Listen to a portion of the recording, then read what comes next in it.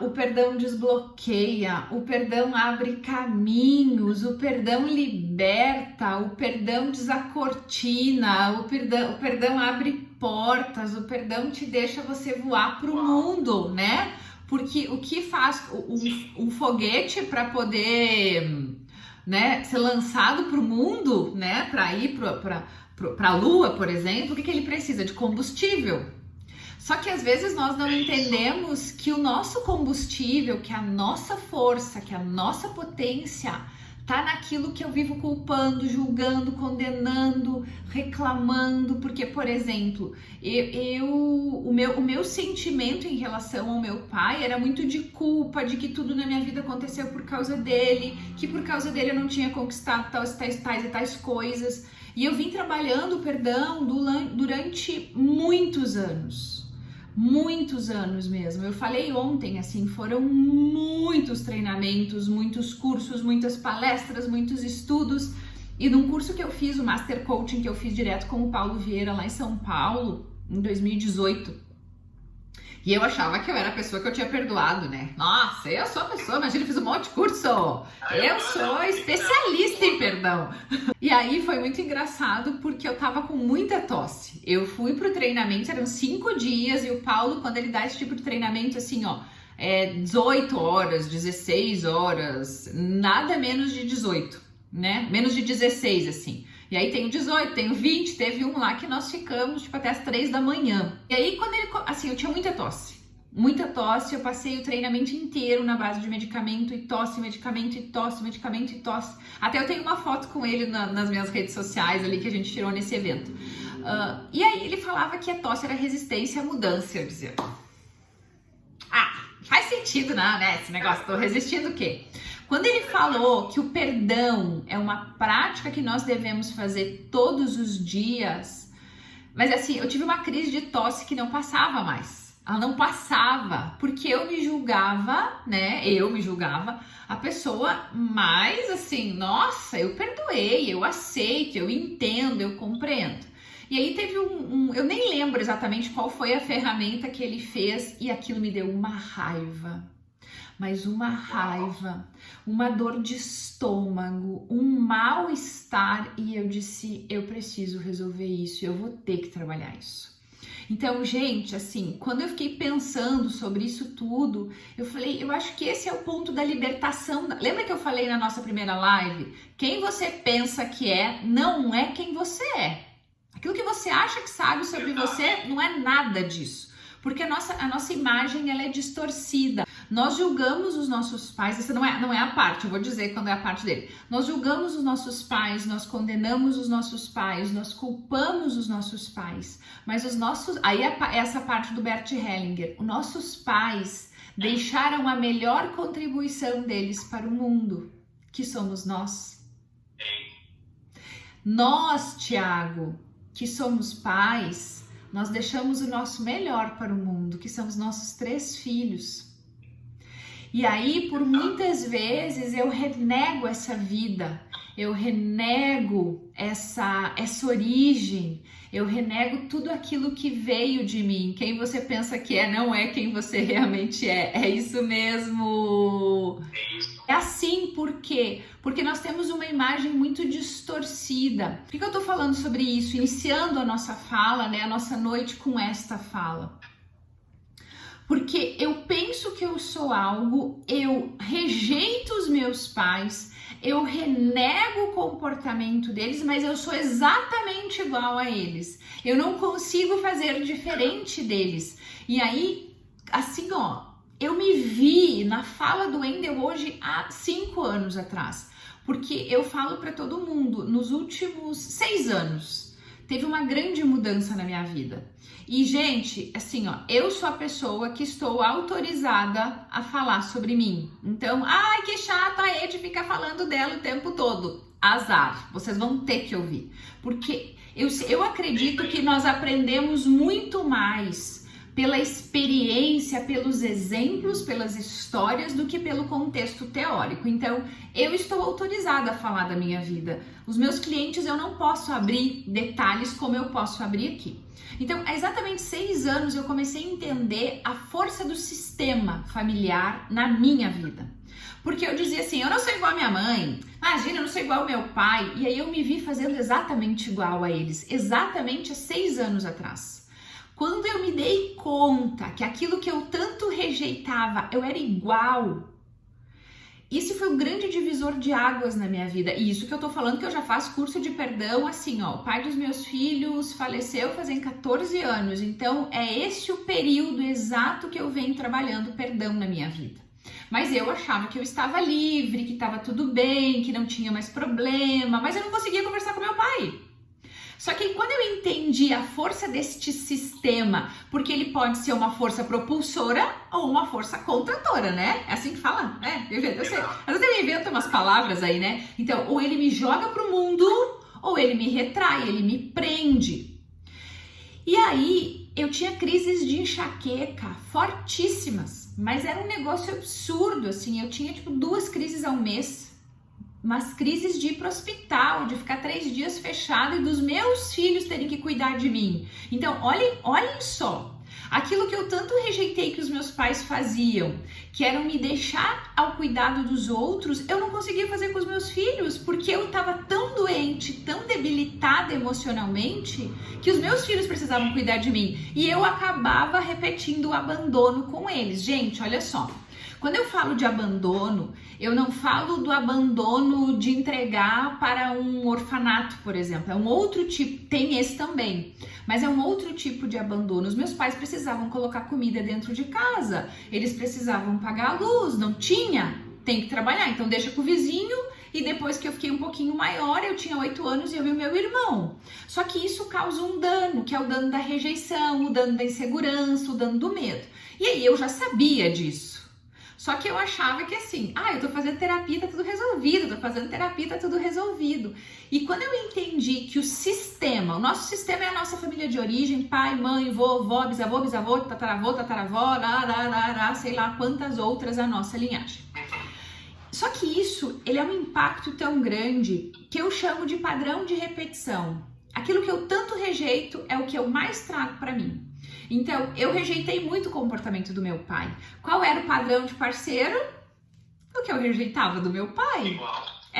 Não era igual, porque, né, assim, alguma coisa eu consegui trabalhar nesse processo de rejeição. Mas 80% era a mesma. Gente, a dor é gigantesca. A dor é absurda, é um negócio sem tamanho, porque o que acontece, né? Uma mulher e um homem. Uma mulher, quando ela não tem o cuidado, quando ela não perdoa o seu pai, ela tem um problema, ela até prospera, mas ela tem um problema sério com as suas finanças. Então, eu costumo falar que eu tinha uma meta e, graças a Deus, eu acho que tem um esforço, né? Uma energia muito grande, eu sempre consegui dar conta de tudo, mas eu tinha um teto. Se eu fizesse 100 reais a mais num mês, no outro eu fazia 100 a menos. Tipo assim, você não vai fazer acima daquilo, porque o mundo não é teu, porque você não vai ir adiante, né? E quando se começa a entender isso, o impacto disso, nós começamos a entender o seguinte: opa, peraí, mas eu achava que eu estava livre disso. Eu falo que o nosso passado é uma corrente invisível, né? E aí eu uso sempre o meu cabelo, que nos aprisiona e não deixa ir pra frente. E mantém naquele estado. Só que o que acontece? Há 6 anos, eu vou usar 6 anos atrás, eu faço terapia há mais de 20, estudo psicologia 16, né? Para o pessoal que não me conhece, 16, 17 anos que eu estudo desenvolvimento humano e todas as outras coisas. Agora eu já decidi que eu vou fazer uma outra formação, porque eu já quero saber mais. Então, assim, quando nós começamos a descobrir isso tudo, nós falamos assim, uau, peraí. Então, quer dizer que eu estou fazendo algo que eu não quero para minha vida, mas inconscientemente eu estou atraindo isso para cá. Eu escolho, porque ou eu sou escolhida, né? Mas eu escolho estar nessa situação. E quando que eu escolho estar nessa situação? Quando eu não me reconheço. E por que eu não me reconheço? Porque eu rejeito, aparentemente eu estou rejeitando o modelo. Mas na verdade eu não estou rejeitando, eu estou repetindo. E aí qual é a única... Gente, assim, ó, é a única maneira. Primeira coisa, você precisa compreender a tua história, que é o autoconhecimento que eu venho falando, que deve ter um zilhão de textos escrito meu, essa palavrinha deve estar em todas, né? Não tem como ter uma liberdade na sua vida e descobrir quem eu sou verdadeiramente sem eu ir fazer esse programa, esse processo de autoconhecimento. Nós devemos honrar, amar, respeitar e perdoar os nossos pais, porque eles deram o melhor que eles poderiam ter dado para nós, que era o que eles sabiam fazer. E quando eu compreendi isso, eu fui tomada, né, por uma... eu nem sei explicar, né? Porque tem coisas que nós não conseguimos traduzir em palavras, mas é possível de sentir. Então, gente, você só vai tomar posse, porque esse é o ponto. Você toma posse de quem você é quando você perdoa os teus pais, quando você compreende a história deles. E, gente, o perdão é todo dia. Eu tava falando lá do Paulo, que eu passei mal, fui pro banheiro, tomava água, e tomava pastilha, e balinha, e house, e nada de resolver. Eu falei, vou ter que tossir. E eles queriam fazer as ferramentas lá, e eu tossindo, igual uma louca. E aí tinha ar-condicionado, tava calor, e ele falou, perdão é todo dia. Eu falei, mas não é possível. Não, esse cara deve estar louco que o perdão é todo dia. O perdão é todo dia. Gente, vocês, assim, ó, tem uma ferramenta que como é que eu posso dizer? Ela é milenar, que é o Ho Oponopono. Eu te amo, sinto muito, por favor me perdoe, sou grata. Eu te amo, sinto muito, por favor me perdoe, eu sou grata. Eu não tenho meu japamalo aqui, mas assim, eu falo que eu sou uma junção de muitas abordagens, né? E ele tem uma força muito grande. Se você tem algo para perdoar na tua história, olha só, homens, se vocês quiserem ter uma relação de sucesso, vocês precisam perdoar pai e mãe. Mulheres, se vocês quiserem ter uma relação de sucesso, vocês precisam perdoar pai e mãe. Vocês precisam perdoar do fundo da alma e do coração de vocês. Porque assim, é muito fácil falar, eu perdoei. Olha só o que o Rafa perguntou, que legal. Eu tava pensando sobre isso. Qual a diferença entre arrependimento e perdão? O arrependimento, você vai pedir o perdão para o outro. Eu estou arrependida e te peço perdão por algo. O perdão é o Tiago me perdoa por eu estar arrependida. Olha a diferença, né, Tiago? É assim que tu compreende também? Uma coisa muito interessante, Tiago. As pessoas me perguntam assim: como eu vou perdoar um pai que me abusou sexualmente? Como eu vou perdoar um pai que me agrediu fisicamente? Como eu vou perdoar uma pessoa que me fez mal? Primeira coisa, você vai aprender a perdoar o teu pai, primeiro porque ele é teu pai. Segundo, porque certamente ele tem uma história de dor muito grande e talvez você tenha sido a escolhida ou o escolhido para romper com isso. Então, se você enfrentou essa dor, aí que vem a escolha do perdão. Você pode romper com o padrão, você pode romper com a corrente que aprisiona, com o monstro do medo, da insegurança. Quando você diz assim, pai, eu entendo você.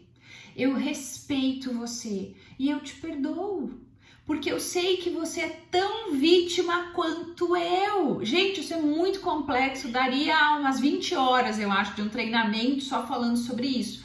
Então, assim, é muito intenso, não é fácil, as pessoas vão dizer que é fácil, não é. Eu levei 25 anos para conseguir compreender o verdadeiro poder do perdão. Só que o que acontece? Olha só, que pra mim tipo assim, eu falo da girada de chave, né? Pra mim a cereja do bolo. o ponto crucial de tudo. Quando você consegue perdoar pai e mãe, você perdoa todo o resto. Porque você tem mágoa do chefe, você tem mágoa de um namorado lá que passou há 20 anos atrás, você tem mágoa de um amigo que te enganou, você tem mágoa porque alguém mentiu e você vive com rancor, com um negócio fétido, né? Dentro de você, tá apodrecido, porque essa mágoa e esse rancor, ele só vai fazer mal para você.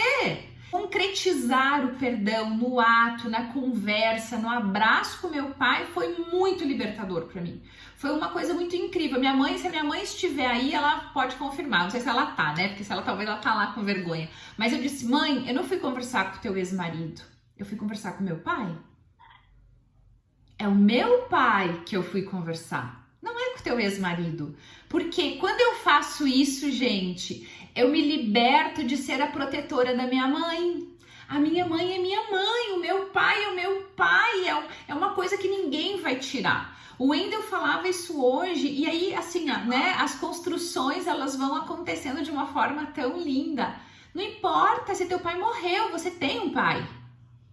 Não importa se ele foi embora, se ele fugiu, se ele te abandonou, ele continua sendo teu pai. Então você precisa construir essa imagem. E aí, olha que interessante. Essa é a parte mais linda, porque daí meu pai continuou, né? Porque eu disse: pai, chega, deu, não precisa mais. Quando meu pai ficou falando, porque eu falei: pai, chega, deu. Olha o mulherão que tu fez, olha o meu irmão, olha a Lauren, como a gente está. O senhor fez tudo o que o senhor podia, foi ótimo, foi incrível. E aí as pessoas me perguntam assim: o que eu faço que meu pai morreu? Vai lá no túmulo dele fazer isso pra ele. Vai lá conversar com ele, leva as flores que você nunca levou, sei lá qual é a tua crença, né? Acende as velas que você nunca acendeu, escreve a carta que você gostaria de ter escrito, que você nunca teve oportunidade de fazer, porque a alma dele continua dentro de você. O teu pai está dentro de você, você queira ou não. Você acredite ou não, porque assim, aquele espermatozoidezinho, né? Ele precisou de um óvulozinho. Então assim, não tem jeito. Até uma inseminação artificial tem que ter um espermatozoide, tem que ter um óvulo, né? Então você pode fazer isso. É simbólico. Teve um caso de uma cliente que ela falou: eu tenho uma situação assim, assim, assado com um parceiro que eu tive, que não ficou resolvido. Você pode conversar com ele? Eu perguntei. Ela disse: seria impossível porque daria separação. Escreve a carta. Ela me manda, tipo assim, umas 8 folhas da carta, né? Sabe? Aí, olha só, depois dessa carta que ela fez, explicando, falando o que ela sentia e dizendo que aquele dia, naquela vez, naquele momento, assim, ela ainda não tinha compreendido, mas agora ela compreendia. A mente dela se abriu, que ela escreveu quase 65 páginas de um livro. Vocês têm ideia o quanto você carregar culpa te aprisiona? E aí, olha só, né, Thiago, é tão poderoso, porque hoje é uma ferramenta de consultório. Nós não estamos falando assim, isso é do coaching, isso é da igreja. Não, isso é ciência, sabe? A ciência vem falando, porque é muito espiritual isso, gente. Por exemplo, assim, quando eu honro e louvo as mulheres da minha vida, eu tô honrando uma linhagem inteira que foi vítima de violência, que foi vítima de abuso, que foi vítima de desrespeito, e eu tô dizendo para elas: eu perdoo vocês, eu liberto vocês. E eu entendo hoje que eu sou igual a vocês, mas eu decido fazer diferente. Eu venho trabalhando isso na minha terapia, assim, incansavelmente, que eu posso fazer diferente, mas que é uma decisão minha, mas não é excluir a minha família. Só que aí, Thiago, tem outra coisa. Tipo assim, como é que então, né, eu descubro quem sou eu? Você também precisa se perdoar por ter acusado e culpado teus pais. Você precisa se perdoar por ter falhado, você precisa se perdoar por ter acusado, você precisa se perdoar por ter julgado, por ter... Lembra o livro e o filme A Cabana, né? Quem não assistiu, gente, É uma lição de perdão, né? Então, assim, e tem o graça e perdão. A pessoa que não perdoou, ela vai tomar coragem de perdoar, porque ela vai levar uma lição tão grande, né? Você precisa se perdoar. Né? Então, fazer uma carta de auto-perdão. Eu, Edegmara, me perdoo por aquele momento ter sido dura comigo, ter sido dura com meu pai, ter acusado meu pai, ter culpado a minha mãe, ter achado que a minha vida era ruim, eu me vitimizei. Aí sei lá qual é a tua carta. Ed, tem uma carta certa? Eu tenho. Eu criei coisas minhas, né? Então lá no Mulheres em Ação tem ferramenta ensinando passo a passo, quantos dias, tarará, e aí eu ensino todo esse processo de cura interior. Aí o que acontece? Aquelas camadas, as máscaras, a armadura que nós vamos vestindo, aquilo que nós acreditamos, porque pela nossa experiência, pelas experiências que nós vivemos, né, dos 0 aos 7, alguns um pouco mais, outros um pouco menos, mas dentro do desenvolvimento da personalidade é isso que se fala, nós vamos aprendendo coisas, nós vamos sendo treinados, nós vamos aprendendo, aí nós vamos vendo a nossa mãe ser submissa, o nosso pai ser violento, aí eu vou me tornando um homem violento, um homem que desrespeita, um homem que não acolhe, um homem que é fraco, um homem que não protege, um homem que não cuida, e aí enquanto ser masculino, né, eu internalizo, o homem internaliza esse perfil e ele repete esse padrão com a sua parceira. E a mulher a mesma coisa, uma mulher fraca, uma mulher que julga muito, uma mulher que reclama muito. Sim, funciona para relacionamento também, Rafa, funciona para tudo. É o teu coração e a tua alma no papel, mas tem que ser escrito assim, ó, papel e caneta. Então, na constituição da nossa personalidade, identidade, perfil, quem eu sou, tem muitos nomes, né? Mas é a mesma coisa. Nessa construção, é tudo que eu vou aprendendo e eu vou internalizando. Então, eu, mulher, internalizo um comportamento feminino e um padrão masculino. E aí eu vou buscar aquele padrão que vai confirmar o que eu acredito. Só que isso não é a verdade. Você não é assim. Você está repetindo um modelo aprendido. Como que você se liberta?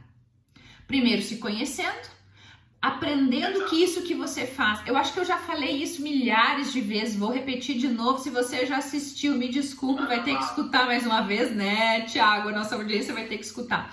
Quando que eu percebi, quando que eu vi que eu estava fazendo com a minha filha algo que tinha acontecido entre eu e minha mãe? A minha filha estava lavando a louça e eu enxerida, né, fui lá corrigir ela e falar assim, porque não é assim, porque não é assado, porque não sei o que, e eu falei, eu já vi essa cena antes, esta cena está acontecendo mais uma vez. E aí eu ia para casa da minha mãe e via minha mãe e minha avó se implicando, que é normal, né, dentro das relações. As mulheres... Então assim, não, é que é normal, pra mim a realidade era normal. Só que começou a me incomodar, começou a me causar desconforto. E eu não entendia por que, tipo assim, ó, pra mim era muito desafio. Tipo assim é bom, né? Eu não entendia por que mãe e filha tinham que conflitar. Pra mim não fazia sentido aquilo. Mas eu não tinha o entendimento do porquê aquilo acontecia. Então, gente, olha só, eu tô dando um exemplo pra você se colocar lá. Quando eu comecei a observar isso, e tem uma foto minha e da minha filha, e eu falo sobre isso no texto, esse é o poder que você tem de amar tua mãe como eu. Gente, assim, ó, de verdade, o Mulheres em Ação é um trabalho para minha linhagem inteira, é toda a honra e toda a glória para as mulheres da minha vida, é uma homenagem a elas. Então, é de verdade, é do meu coração isso. Mas eu não preciso mais ter o mesmo comportamento que ela. E aí eu falei, eu quero uma relação diferente com a minha filha. E aí nós fomos procurar ajuda. A minha filha já fazia terapia, eu pedi para ter uma sessão junto com ela, a gente teve uma ou duas, daí a minha psicóloga me ajudou com o que eu deveria fazer, o que a minha filha deveria fazer. Porque nós sempre nos demos bem, mas tinha um conflito ali, né? Minha mãe fez isso, minha filha fez aquilo, tipo, tá sempre implicando. Você já viu isso acontecer numa casa que tem um monte de mulher? E aí, eu e minha filha, nós sentamos na cama E ela tinha as coisas dela e eu as minhas. E nós começamos a interagir. E hoje é muito interessante, porque agora ela tem 20 anos, ela acha que ela é dona do nariz dela, né? Daí outro dia ela foi lá colocar um piercing no nariz. Daí eu falei, mas como assim? Eu não fui nem comunicada que tu vai colocar um piercing no nariz. Mãe, mas o buraco é lá dentro, a hora que eu tirar ninguém enxerga. Eu disse, olha só, filha, tu pode confiar em mim. Tu pode me falar. Porque o teu corpo é teu, tu faz o que tu quiser com ele. Mas eu gostaria de ser comunicada. Em outra época, eu iria xingar, brigar, porque eu sou controladora, né? Eu tenho um lado masculino muito forte. Então eu preciso trabalhar ele pra ele, né, ser mais... posição que você assumiu na vida, né? Sim, isso tem relação com o fazer. Mas o que tá acontecendo? Olha isso que eu tô falando. Gente, o que eu tô falando pra vocês é pra vocês prestarem muita atenção. Porque nós desenvolvemos lados nossos que não são nossos, que foi a condição do momento que me levou lá. Então, assim, você não é o que você pensa que é. Nunca você é. Você vai ter que se despir completamente, tipo assim, ficar nua de verdade. Vai ter que ficar nu de verdade e se entregar pro processo para poder entender e falar, uau, essa sou eu. Eu posso ser feminina, mesmo eu tendo vivido uma história, porque eu sou feminina no lado da estética, da aparência, mas eu sou um trator. Eu sou um trator, assim, não me entregue nada. Eu sei pintar parede, eu troco parafuso, eu faço tudo. Só que eu posso ser feminina e eu posso permitir que um homem faça coisas pra mim. Então, olha só um desvio gigante na identidade que existe, porque eu perco a minha essência, eu me torno um homem no corpo de uma mulher. Então, o meu feminino muito frágil e o meu masculino muito forte. Como é que vai ser se relacionar com uma mulher como essa? Não tem como, sai correndo. Ele entra em desespero, ele se apavora. Então, por que eu tô contando isso de novo? Gente, se coloca na situação e imagina a tua vida. Você pode ter um masculino muito frágil, que daí tu é uma mulher muito mas ai, cuidadinha de mim, porque olha só, porque eu sou fraquinha. Você pode ser essa, que daí você é um bebê, é uma menina que não cresceu, ou você pode ser muito forte, né? Só que as duas coisas estão em desarmonia. Quando eu fiz o meu perfil, minha análise de perfil comportamental, né, que deu a dominância 80%. Só que eu sou influente. Eu sou uma pessoa influente, eu sou falante, eu movimento os braços, eu gosto de roupa rasgada, eu tô sempre sorrindo. Adaptada numa dominância de 80%, eu tinha dor no corpo, eu tinha mal-estar. Isso é o quê? É a identidade distorcida, a tua imagem tá distorcida. Então, assim, existia uma mulher louca para desenvolver, para aflorar, mas o masculino tava muito forte. Por quê? Porque eu precisei assumir uma casa sozinha, porque a minha mãe viveu uma relação com um homem muito frágil, daí cada um vai ter que se conhecer aí, né? Mas é para você compreender que você não é aquilo que você acha que você é, simples assim. E você precisa compreender a tua história. Olha para tua mamãe, olha para o teu papai, observe essa é a receita do bolo, ó, né? Se não for para vir da receita não funciona, né, Thiago? Olha pro teu... Ah, mas minha mãe morreu, meu pai morreu. Não importa, você deve ter memória, a não sei que você tenha perdido seus pais muito criança. Aí você vai resgatar com tio, né, com irmãos mais velhos, você vai perguntar. Olha que doido, gente. Me lembrei de uma coisa agora. Eu atendi um caso de uma família que o pai e a mãe tinham falecido e era um assunto que não podia ser tocado em casa. Só que um dos membros da família era muito pequeno e ela tinha muita curiosidade enquanto adulto de saber a história dos seus pais. E aquilo era um fantasma na vida dela. Imagina, eu não posso falar, porque se eu falar, meus irmãos vão brigar comigo. Os pais mataram os pais de todas as formas. Então, se você não conhece a história, vá buscar, porque é tão importante isso, manter a memória nos filhos. Eu tenho que fazer isso, os meus filhos falam de vez em quando, às vezes eu vejo o Marco, né? Eu falo, Marco, tu tá igual ao teu pai.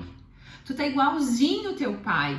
Teu pai tá aí no formato da barba. O meu filho é intelectual, assim, né? Sério, concentrado, mas é o teu pai.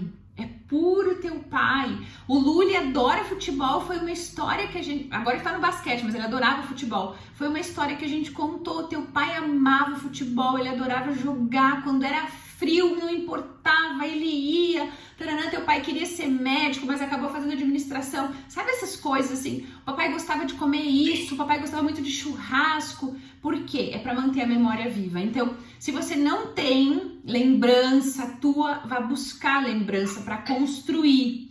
Porque senão nós matamos os nossos pais, né? E matamos na nossa essência, na nossa alma. Então, se você não sabe a história, fechando parênteses, vai descobrir. Então, observe teu pai, observe tua mãe, olha os comportamentos, olha para a história, vai descobrir a história do teu avô e da tua avó. E aí você vai começar a olhar para você.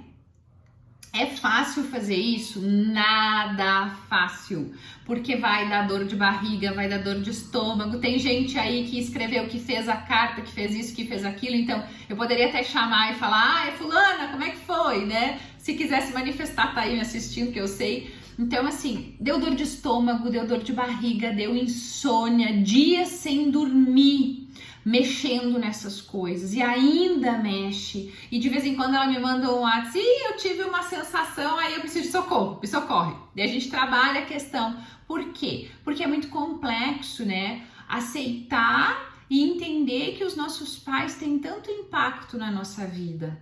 E aí isso só é possível nessa transformação toda quando eu conheço quem meus pais são, quando eu aceito eles e digo e falo a frase que eu falei no início: eu amo você, você é a mulher da minha vida, você é o homem da minha vida, tudo que eu sou eu devo a você, mas eu decido fazer diferente. Então, como é que...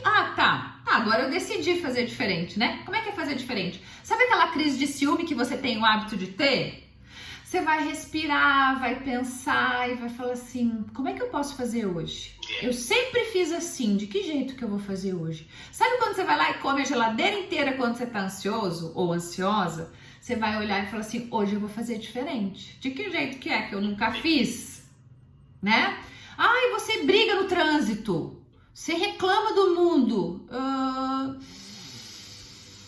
Comece a se comportar de maneira diferente. Então vai ter que ser um trabalho, um exercício, né, de autopercepção, de autoanálise, na transformação do comportamento. E quando você muda o teu comportamento, é diário. Quando você muda o comportamento, você muda a maneira como você se relaciona com o mundo. E aí você tá honrando os teus pais, você perdoou os teus pais, você se perdoou pelos teus erros, pelas tuas falhas, porque você não sabia fazer de outra forma, mas que agora você está se propondo. E aí eu falo, né? Tem muita coisa que dá para fazer, muita técnica que auxilia, que fortalece. Por exemplo, eu, Ed, estou comprometida em viver uma vida diferente. Qual é o preço disso? É abrir mão. É abrir mão de algumas coisas, é deixar de ser explosiva, é pensar 10, 15, 50 mil vezes antes de fazer, é refletir, é respirar, é pedir ajuda, porque as pessoas não pedem ajuda porque elas são orgulhosas, e o perdão trabalha o orgulho. Então, olha quantas coisas estão por detrás de um processo de se libertar de uma imagem que você criou para ser aceita pelos outros, rejeitando a si. Acho que esse é o ponto, né, de tudo. Nós criamos uma imagem para ser aceitos. Então, o filho bonzinho, o filho que sai melhor na escola, não errar, não falhar. Ui, como isso dói. Às vezes, a intenção sempre é boa. Nós precisamos compreender isso. Os nossos pais, os nossos avós, os nossos bisavós, a intenção deles sempre foi muito boa. A nossa intenção também sempre é muito boa, né? Então, o que acontece? Só que às vezes essa intenção boa, ela é tóxica. E aí é preciso se desligar de verdade, né? Se distanciar para poder viver esse processo de desintoxicação de comportamentos danosos, para aprender a se comportar sozinho. Olha que louco isso! Por que vocês acham? Coitado dos filhos adolescentes agora, né? Mas por que tem muito filho adolescente que precisa viajar para fora do país para fazer um intercâmbio? Porque ele precisa desse tempo para se reconhecer, né? Para se entender, porque ele não é que... Gente, peraí, né? Abre parênteses. Não são todas as situações e nem sempre é tóxico. Às vezes é um tóxico assim do desejo de superproteção, né? Mas que também para o jovem é. Então eu preciso ir embora para poder ter um espaço para olhar para mim, para ver, saber quem eu sou. E muitos jovens fazem isso. Eles vão embora, eles não sabem por que, eles estão fugindo de uma situação e a família não consegue dar esse suporte, ele acaba sofrendo muito lá. Então, se você tem um filho querendo ir embora, que é jovem, vai analisar, porque ele pode estar querendo fugir de alguma situação. Não é, e gente, não é porque ele não te ama, né? É porque ele verdadeiramente ele não tá tendo recursos para se olhar e ele precisa, tipo assim, eu preciso de ar para respirar. Eu preciso me reconhecer, porque onde eu estou é muito danoso para mim neste momento. E aí esse adolescente vai fazer o seu trabalho, enfim, e vai se descobrir. Mas esse é um processo muito doloroso, né?